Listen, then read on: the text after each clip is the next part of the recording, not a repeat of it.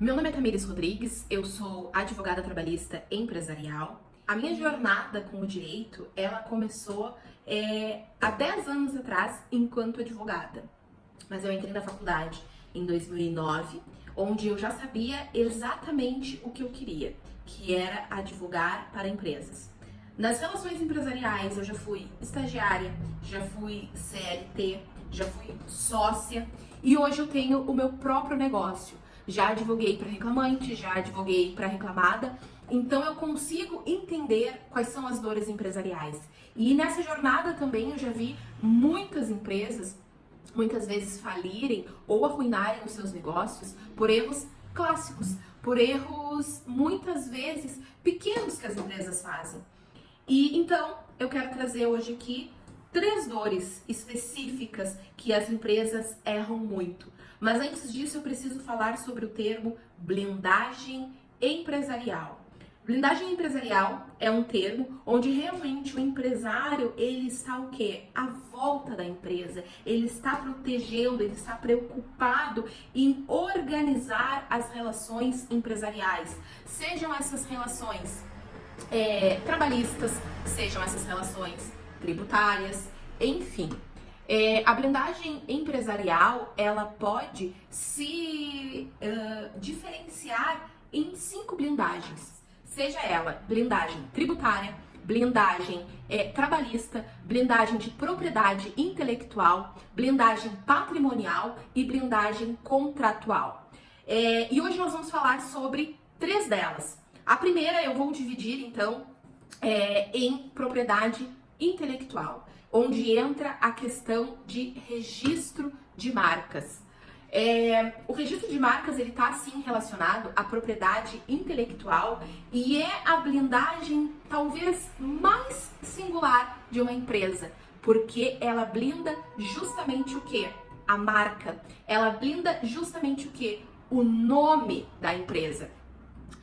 Há pouco tempo atrás, nós tivemos a questão talvez muitos tenham acompanhado, da questão da Marília Mendonça e da Maiara e Maraísa, aquela dupla sertaneja, aquelas cantoras, né, sertanejas, onde elas utilizavam a marca As Patroas.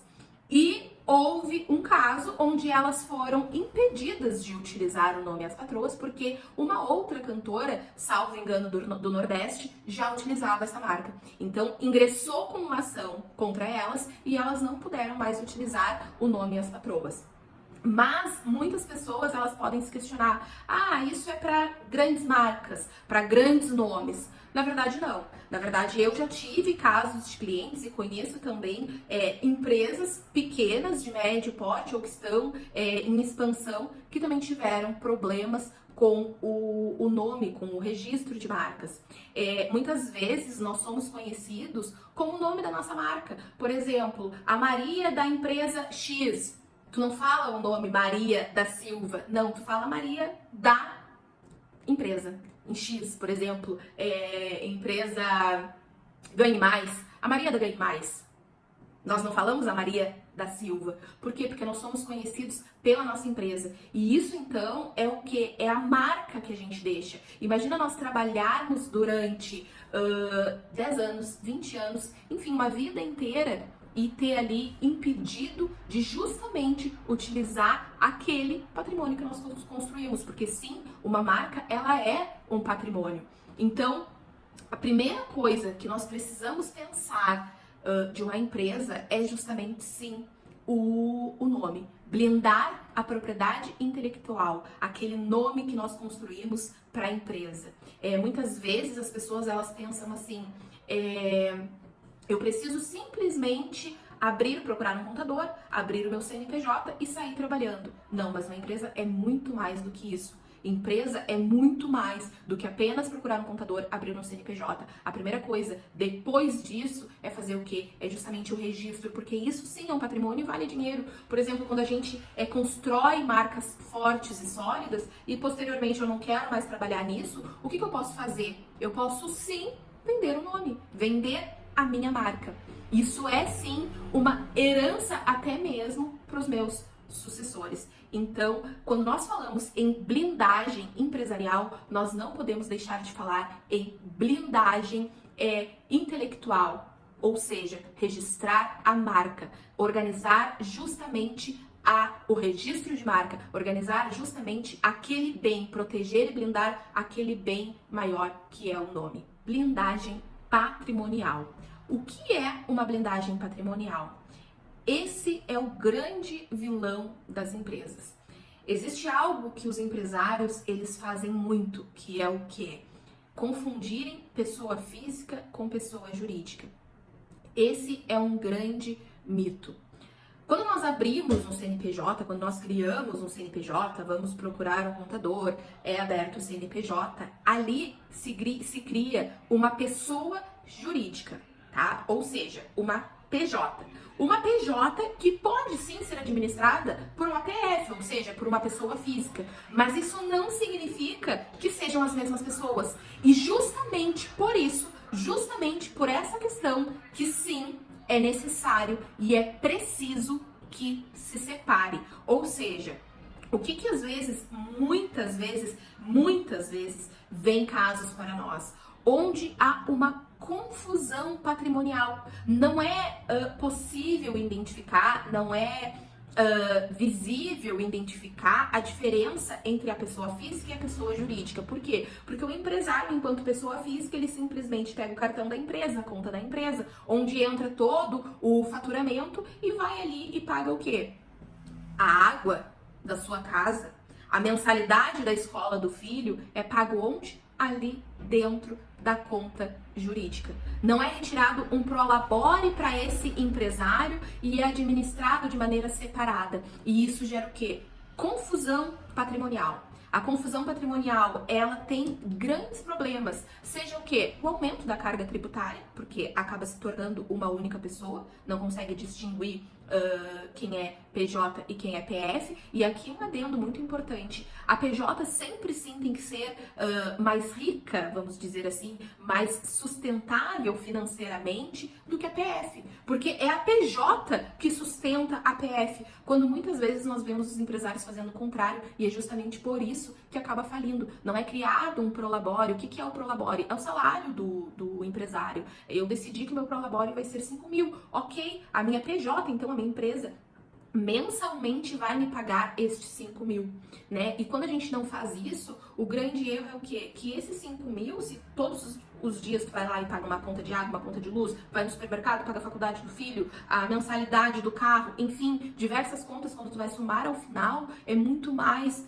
do que 5 mil. E aí, o que nós estamos fazendo? Estamos justamente descapitalizando a PJ. E aí acontece o quê? Muitos problemas no sentido de falir as empresas. Por isso que muitos empresários eles falem, por isso que existe no Brasil um índice de que muitas empresas antes dos 5 anos elas acabam falindo. Justamente por quê? Porque não há essa blindagem patrimonial desde lá o início, não há essa segurança financeira desde o início. E se não há segurança financeira, também pode não haver segurança jurídica, porque quando é, por exemplo, identificado em algum processo que há essa confusão patrimonial em que pessoa jurídica e pessoa física é o mesmo, e se esse empresário ele vem a ter um processo e ele é condenado, enfim, vamos pegar o exemplo de uma ação trabalhista, ele pode ser condenado numa ação trabalhista e a empresa não tiver dinheiro suficiente para arcar com estes custos de condenação, o que pode vir a ocorrer, né, depois de todo um procedimento?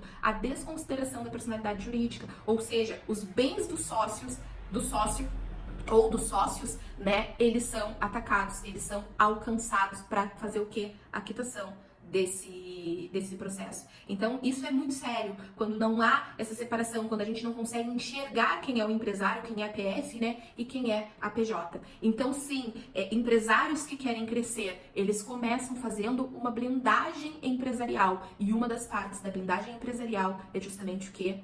É fazer a blindagem patrimonial, separar pessoa jurídica de pessoa física. Blindagem contratual. Uma empresa que se preze, ela começa com bons contratos societários.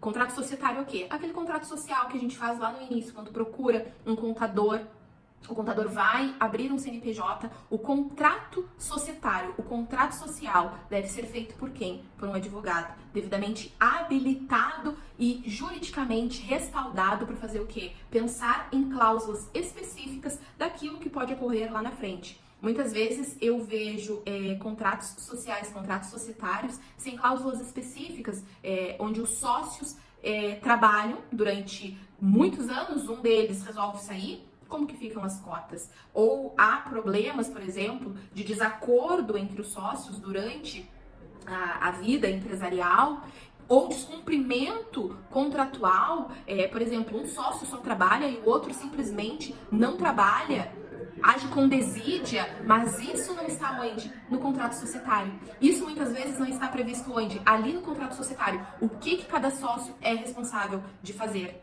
Então, sim, é possível nós dizermos que empresas que pensam em crescer, elas, se não procurarem, desde o início, fazer contratos respaldados com advogados, contratos societários, contratos de tudo aquilo, até mesmo de todas as relações que elas venham a fazer, as relações empresariais posteriores, seja com um empregado, enfim, elas podem sim ter problemas lá na frente, porque não foi verificado, porque não foi pensado, porque não foi imaginado aquilo que poderia acontecer. Então as empresas elas precisam começar pensando em bons contratos desde o início, desde a sua criação. Eu vejo muitas vezes casais, cônjuges que criaram negócios, fizeram negócios, às vezes eles vêm a se divorciarem, né? A empresa fica com quem? Isso foi pensado ou não foi pensado? Hoje em dia, as empresas elas estão num momento em que o Instagram, as redes sociais, Facebook, enfim, estão em alta. Então, as empresas, grandes marcas, né? Elas possuem o quê? Elas possuem muitos ativos, elas possuem muitos seguidores em suas redes sociais. E redes sociais, seguidores, é um patrimônio também. Havendo a divisão, havendo a saída de algum dos sócios, o que vai acontecer com o Instagram, com o Facebook? O que vai acontecer com as redes sociais daquela empresa? Vai ficar com um sócio? Vai ficar com a empresa? Como que vai gerir isso tudo? Isso é o que é visto dentro de um contrato. Verdadeiramente, existe um ditado que diz o combinado não sai caro. Eu diria o assinado. Esse sim não sai caro. Então, uma dica ainda mais importante, faça um contrato de tudo. Dica 2, importantíssima, todos os contratos devem sim estar assinados por contratante e contratada, além de 2 testemunhas. E sim, prevejam contratos com prestadores de serviços, com funcionários, tudo deve estar devidamente escrito, assinado, deve estar devidamente dito e previsto num contrato. Então, sim, empresas que possuem o interesse em crescimento, elas fazem o quê? Blindagem contratual. Elas já se preveem, elas imaginam o futuro.